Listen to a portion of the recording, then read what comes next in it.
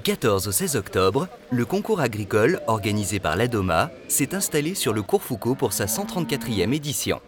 Comme de tradition, la manifestation a fait la part belle aux agriculteurs du Tarn-et-Garonne au travers de différents pôles. Fruits, animaux, gastronomie et machinisme. Brigitte Barège, maire de Montauban, a réaffirmé son soutien à cet événement centenaire qui ne doit pas perdre sa vocation première, valoriser la diversité et la qualité des produits de notre terroir. Quelques rectifications, puisque apparemment il y a des rumeurs contraires qui circulent.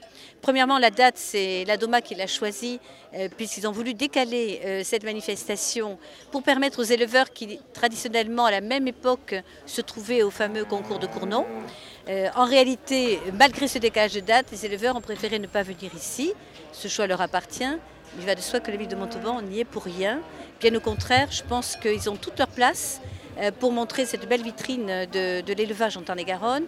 Je pense par exemple que si on enlevait quelques concessions automobiles, ça ferait de peine à personne, et qu'on mette à la place des produits vivants sur pied, de nos beaux élevages, qu'il s'agisse des vaches, des Pommerstein, de la Blanque d'Aquitaine, de nos chevaux lourds, mais aussi de tout ce qui alimente nos assiettes. Donc le concours n'est pas mort, simplement il faut peut-être qu'il se révolutionne, qu'il se revoie, et dans cette hypothèse-là, et dans ce cadre-là, la ville de Montauban sera plus que jamais à ses côtés, comme elle l'a toujours été.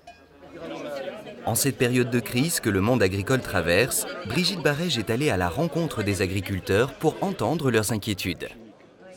Cette vitrine de notre agriculture tarn-et-garonnaise qui reflète aussi, bien sûr, notre agriculture nationale, parce qu'on a la chance d'avoir un département extrêmement divers, où pratiquement toutes les productions sont représentées. C'est d'ailleurs ce qui pose problème pour être ensuite entendu à Paris, parce qu'on est un peu trop diversifié justement.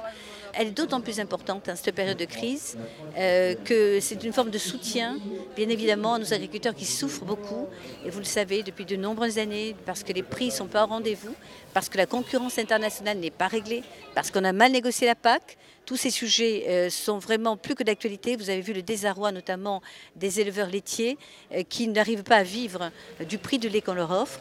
Tout cela, on le dit depuis des années, mais c'est aujourd'hui arrivé à son paroxysme. Il faut vraiment que les pouvoirs publics s'emparent de ce sujet. On en parle souvent, mais en réalité, on ne fait pas grand-chose. Donc en tout cas, ce qui nous concerne, à notre niveau à nous, ville de Montauban, qui est une ville à la campagne, ils le savent, nous serons toujours à leur côté.